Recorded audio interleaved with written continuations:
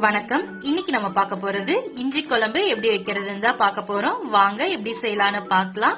அதுக்கு முன்னாடி நம்ம சேனலை நீங்க இன்னும் சப்ஸ்கிரைப் பண்ணலனா மறக்காம சப்ஸ்கிரைப் பண்ணிட்டு கூடவே இருக்க பெல் ஐகானை கிளிக் பண்ணிக்கோங்க. இப்போ அரைக்கிறதுக்கு தேவையானதை வதக்கிக்கலாம். ஒரு வான்ல வச்சு 2 ஸ்பூன் அளவுக்கு எண்ணெய் விட்டுக்கோங்க.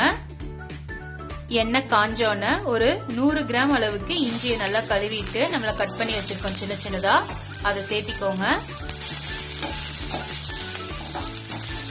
இஞ்சியை நல்லா வதக்கிக்கோங்க.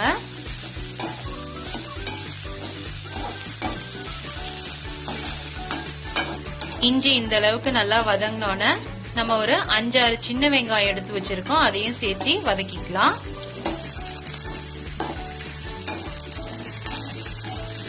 இது மாதிரி நல்லா செவக்கிற அளவுக்கு நல்லா வதக்கிக்கணும். இது கூட நம்ம ஒரு 1/4 மூடி தேங்காய் கட் பண்ணி வச்சிருக்கோம், அதையும் சேர்த்திக்கலாம்.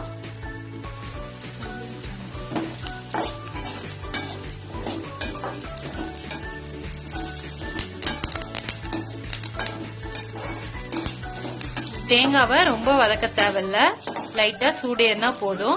இப்போ நம்ம அடுப்பு ஆஃப் பண்ணிட்டு கருவேப்பிலை கொஞ்சத்தை போட்டுக்கலாம்.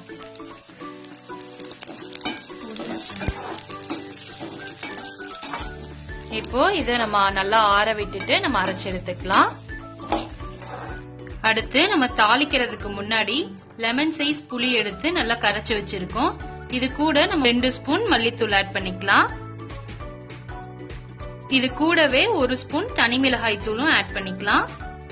குழம்பு மிளகாய் தூள் 1 ஸ்பூன். இத நல்லா கலந்து விட்டுக்கலாம்.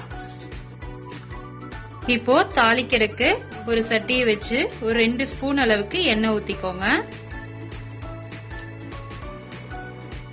எண்ணெய் காஞ்சோன கடுகு 1 ஸ்பூன், வெந்தயம் 1 ஸ்பூன், சீரகம் 1 ஸ்பூன், இது எல்லாத்தையும் நம்ம சேர்த்திக்கலாம். கடுகு பொரிஞ்சோன்னு நம்ம 2 காஞ்ச மிளகா போட்டுக்கலாம். கூடவே கொஞ்சம் கறிவேப்பிலையும் சேர்த்திக்கோங்க. கொஞ்சோண்டு பெருங்காயத்தூள் சேர்த்திக்கலாம். கூட ஒரு 15 பல்லு பூண்டு சேர்த்திக்கலாம்.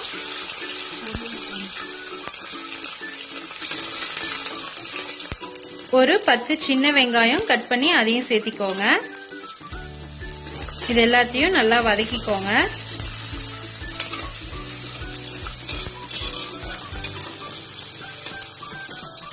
வெங்காயம் இது மாதிரி நல்லா வதங்கினோன்னு இஞ்சி தேங்காய் இது மாதிரி 1-2 அரைச்சு வச்சிருக்கோம், இதையும் நம்ம சேர்த்திக்கலாம்.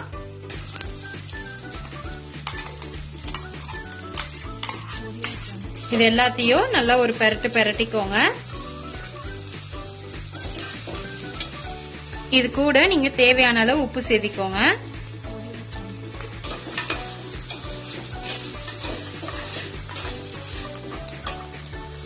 இப்போ நம்ம கரைச்சு வச்சிருக்க புளி மிளகாய் தூள் எல்லாம் இதுல சேர்த்திக்கலாம்.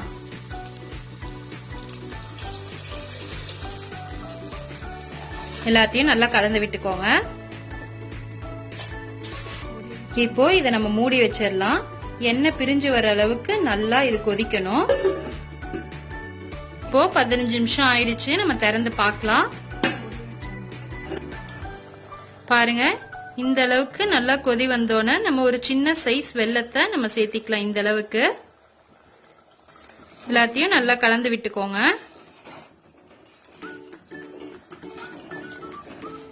இந்த மாதிரி நல்லா சுண்டி வர அளவுக்கு நல்லா கொதி விட்டுக்கோங்க. கொஞ்சம் கருவேப்பிலையை போட்டு அடுப்பை நம்ம ஆஃப் பண்ணிடலாம். அவ்வளவுதான், நம்ம இஞ்சி குழம்பு இப்போ ரெடி ஆயிருச்சு.